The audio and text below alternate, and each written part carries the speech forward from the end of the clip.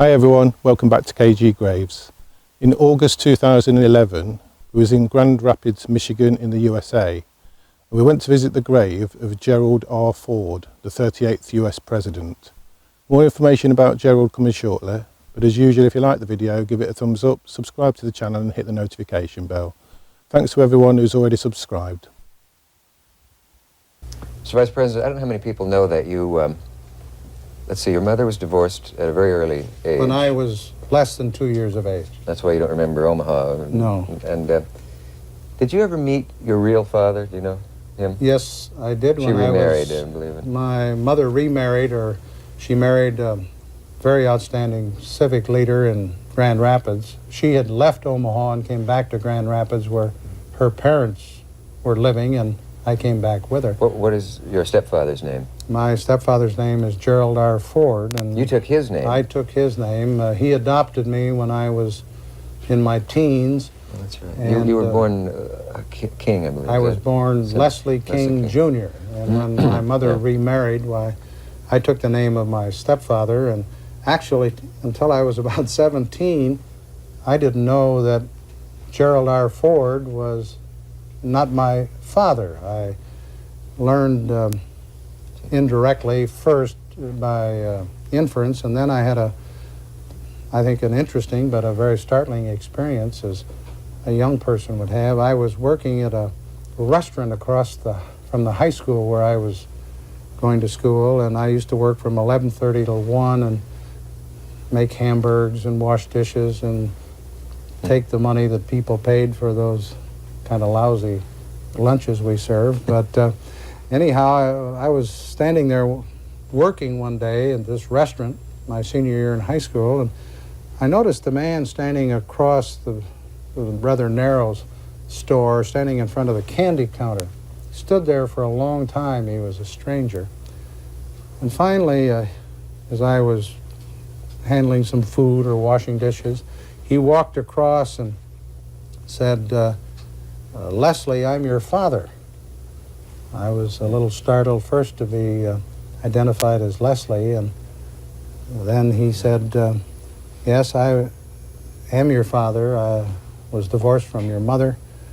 And he said, "Would you go out to lunch with me?" And I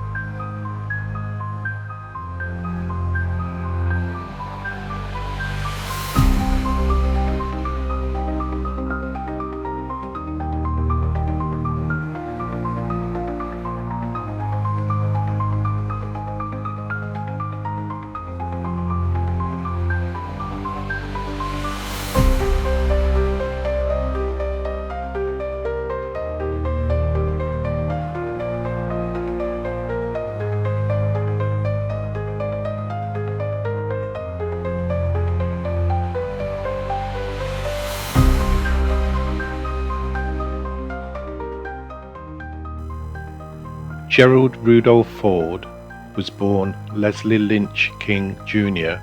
on the 14th of July 1913 in Omaha, Nebraska, to parents Leslie and Dorothy.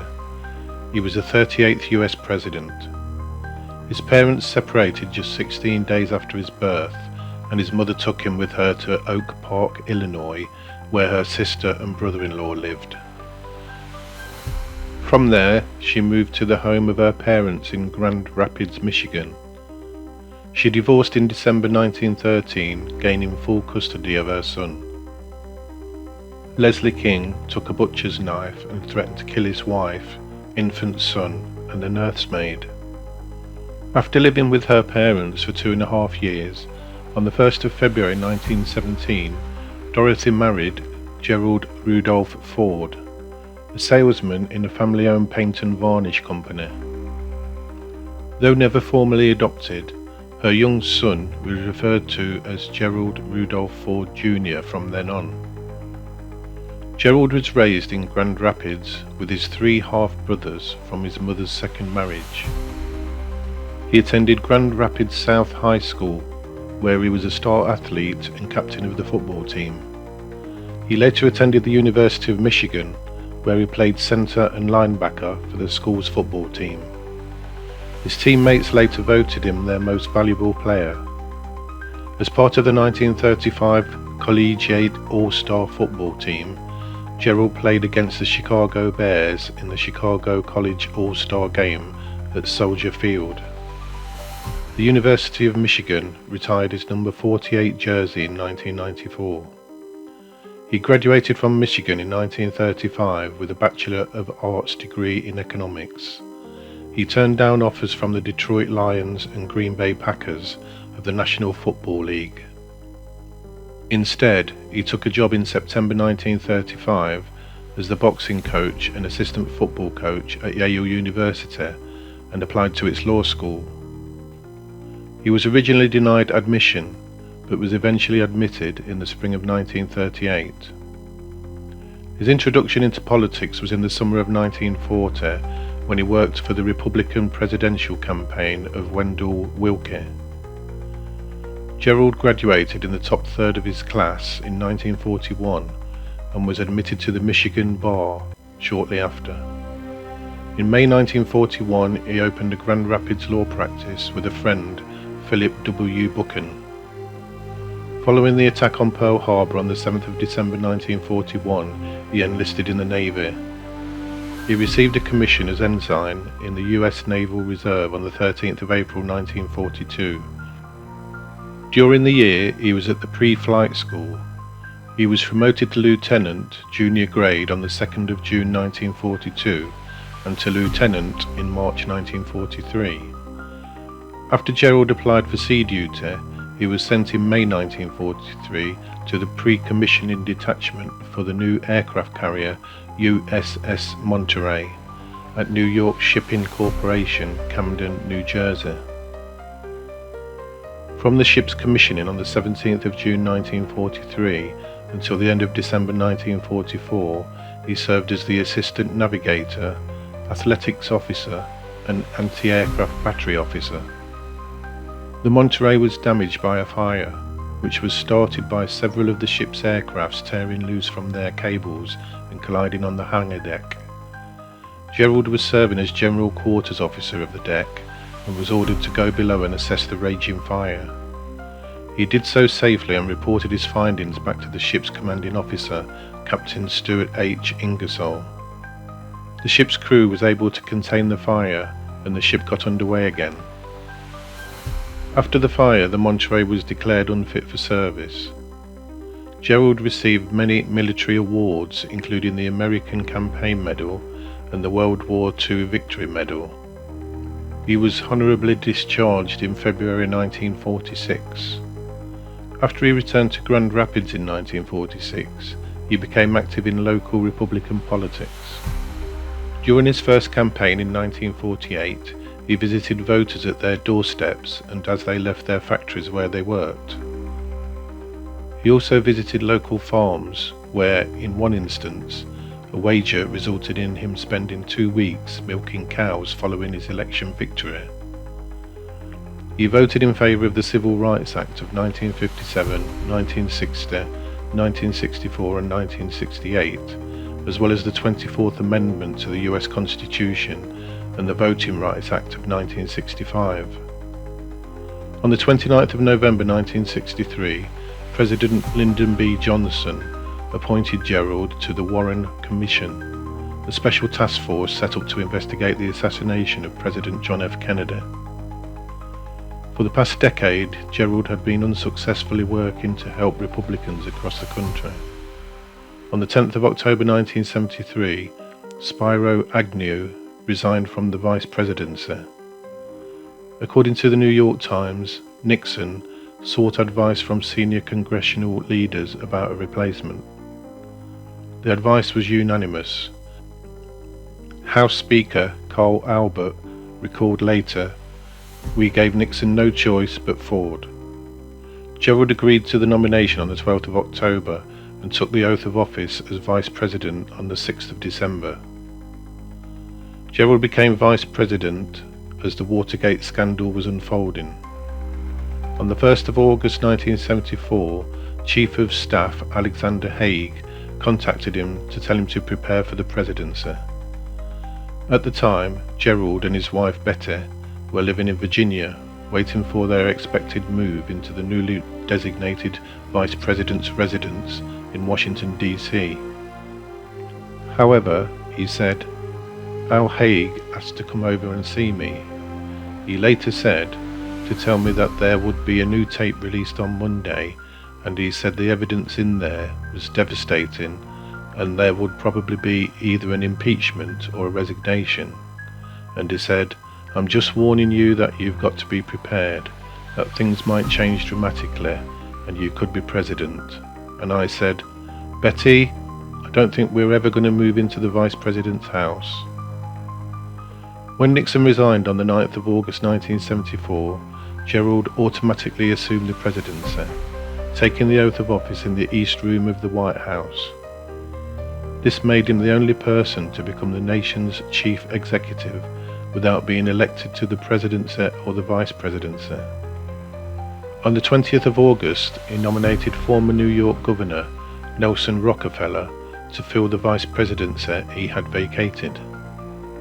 On the 8th of September 1974, Gerald issued Proclamation 4311, which gave Nixon a full and unconditional pardon for any crimes he might have committed against the United States while president.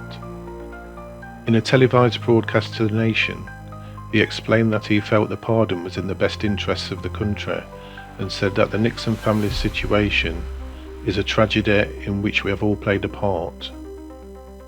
It could go on and on and on, or somebody must write the end to it.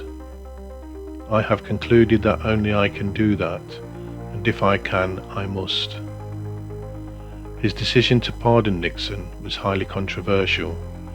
Critics derided the move and said a corrupt bargain had been struck between the two men, in which Gerald's pardon was granted in exchange for Nixon's resignation, elevating him to the presidency.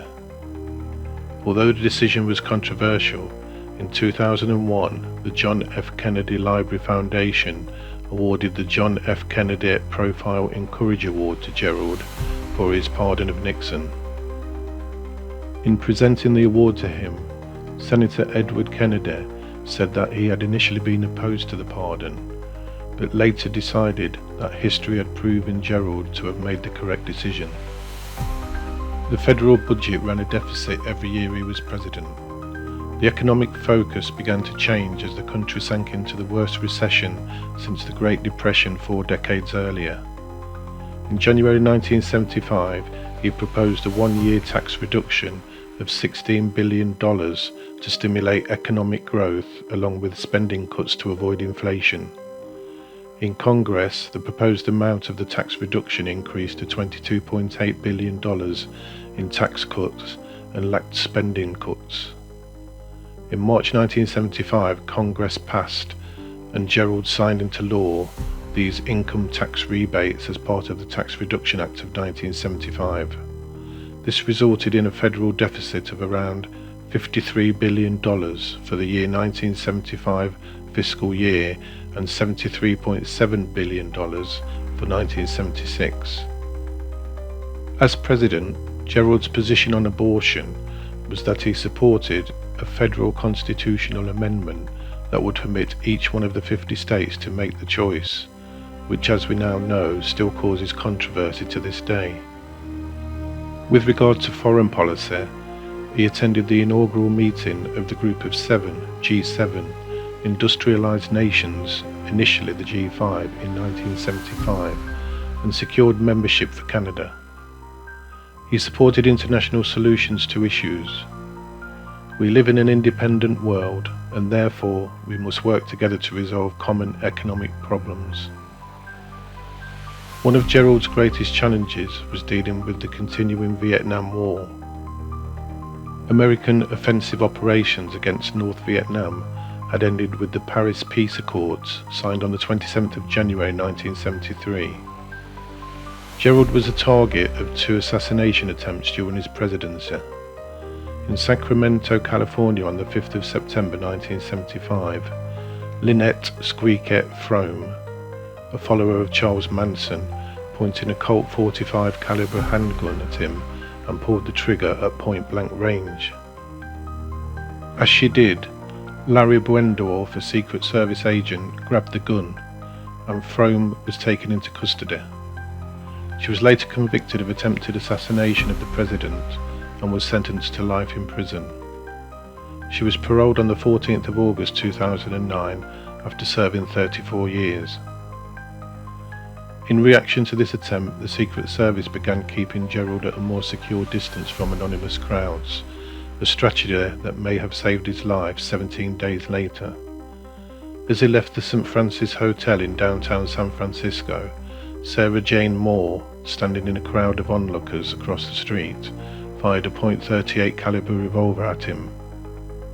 The shot missed Gerald by a few feet.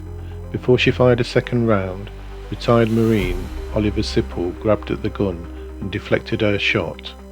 The bullet struck a wall about 6 inches above and to the right of his head, then ricocheted and hit a taxi driver, who was slightly wounded.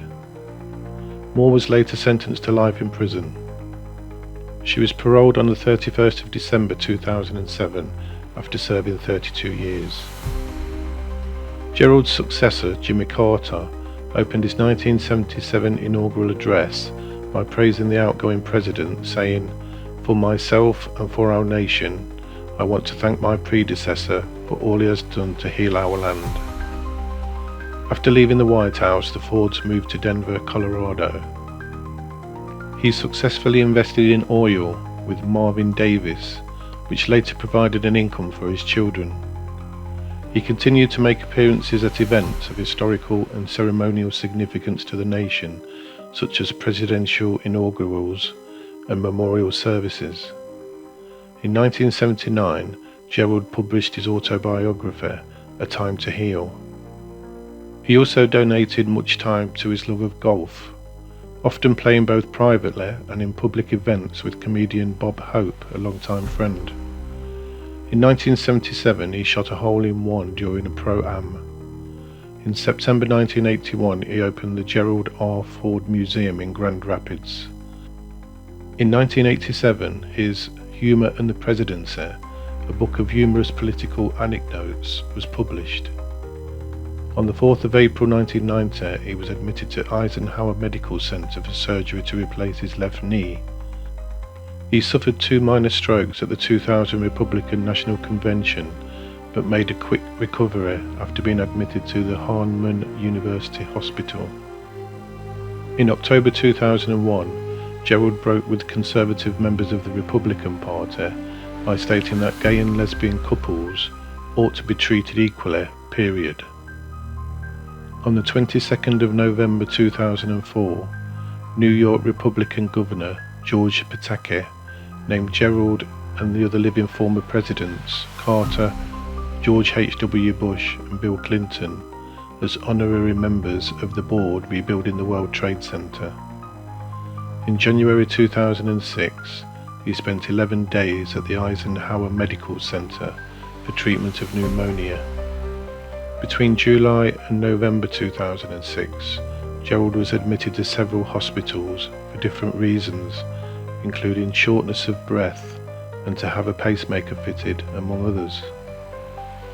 Gerald died on the 26th of December 2006 at his home in Rancho Mirage, California, of arteriosclerotic cerebrovascular disease and diffuse arteriosclerosis. He had end-stage coronary artery disease and severe aortic stenosis and insufficiency caused by calcific alteration of one of his heart valves. At the time of his death, he was the longest-lived US president, having lived 93 years and 165 days, 45 days longer than Ronald Reagan, whose record he surpassed. He died on the 34th anniversary of President Harry S. Truman's death. In his personal life, Gerald had 3 half-siblings from the second marriage of Leslie King Sr., his biological father. Marjorie King, 1921 to 1993, Leslie Henry King, 1923 to 1976, and Patricia Jane King, 1925 to 1980. He was not aware of his biological father until he was 17, when his parents told him about the circumstances of his birth. His biological father approached him while he was waiting tables in a Grand Rapids restaurant. The two maintained a sporadic contact until Leslie King Sr.'s death in 1941. On the 15th of October 1948, he married Elizabeth Bloomer at Grace Episcopal Church in Grand Rapids. It was his first and only marriage and her second marriage. The couple had 4 children: Michael Gerald, born in 1950, John Gardner, known as Jack, born in 1952, Stephen Meigs, born in 1956, and Susan Elizabeth, born in 1957. Gerald was initiated into Freemasonry on the 30th of September 1949. He later said in 1975, "When I took my obligation as a Master Mason, incidentally with my 3 younger brothers, I recalled the value my own father attached to that order, but I had no idea that I would ever be added to the company of the Father of our country and 12 other members of the order who also served as Presidents of the United States." The choice of Gerald to fill the vacant Vice Presidency was based on his reputation for openness and honesty. In 1999, Gerald was honoured with a Golden Palm Star on the Palm Springs Walk of Stars. Also in 1999, he was awarded the Presidential Medal of Freedom by Bill Clinton. In 2001, he was presented with the John F. Kennedy Profiles in Courage Award for his decision to pardon Richard Nixon to stop the agony America was experiencing over Watergate. There are so many other subjects surrounding Gerald's presidency which you can research online, but there are far too many to include here. Let's see where his grave is located.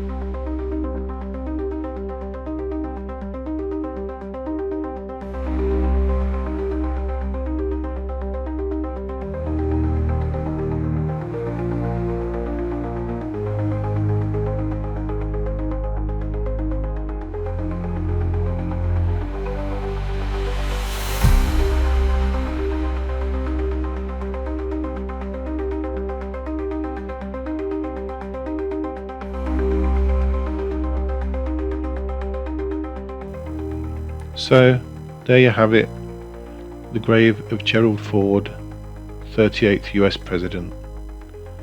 As usual, if you like the video, give it a thumbs up, subscribe to the channel and hit that notification bell, and leave me a comment below. Thanks for watching, see you on the next one.